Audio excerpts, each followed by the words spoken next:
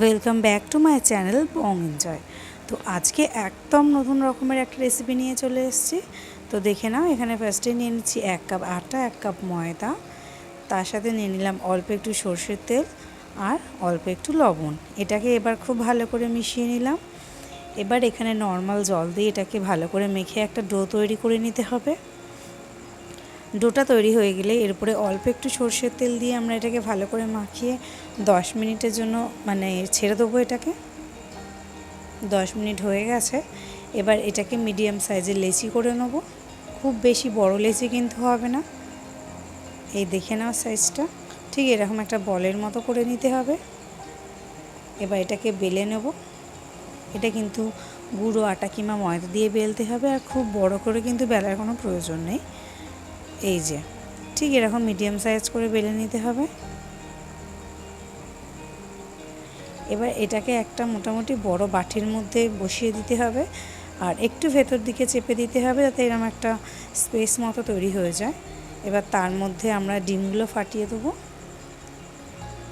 এবার এর মধ্যে দিয়ে দিচ্ছি অল্প অল্প করে একটু পেঁয়াজ কুচো, একটু ক্যাপসিকাম কুচো,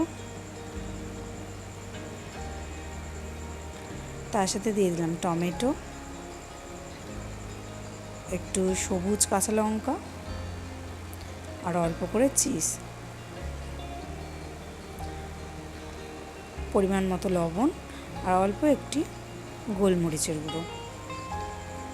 চিলি ফ্লেক্সও দিচ্ছি, তোমরা যে যেরকম ঝাল খাও সেরকম স্বাদ অনুযায়ী তোমরা দিতে পারো। এবার এর ওপরে আর একটা রুটি দিয়ে এইভাবে যে বাটির ধার আছে সেরকম ধার বরাবর কিন্তু ভালো করে প্রেস করলেই কিন্তু এক্সট্রা যে রুটিটা আছে সেটা কিন্তু কেটে নিচে পড়ে যাবে। এই দেখো, ঠিক এইভাবে এটাকে বানিয়ে নিতে হবে। এক্সট্রা যে রুটির আটার যেগুলো আমরা কেটে তুলে নিচ্ছি সেগুলো কিন্তু নষ্ট করার কোনো প্রয়োজন নেই। সেটা দিয়ে কিন্তু আর একটা লেচি করে ঠিক এরকম বানিয়ে নেওয়া যাবে। এবার এটাকে গরম তেলের মধ্যে এইভাবে বসিয়ে এরম করে উপর করে দিতে হবে, দিয়ে তারপর আস্তে আস্তে উল্টে পাল্টে একটু ভাজা করে নেব। একটু গোল্ডেন ব্রাউন করে ভাজতে হবে। এটা কিন্তু খেতে খুবই অসাধারণ লাগে, আর এটা নতুন রকমও। বাচ্চারা কিন্তু এটা টিফিনে পেলে খুবই খুশি হয়ে যাবে।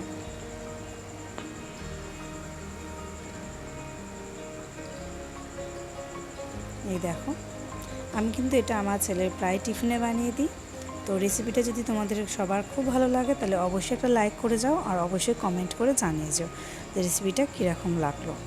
আর নতুন হলে অবশ্যই চ্যানেলটি সাবস্ক্রাইব করে দিও। ধন্যবাদ।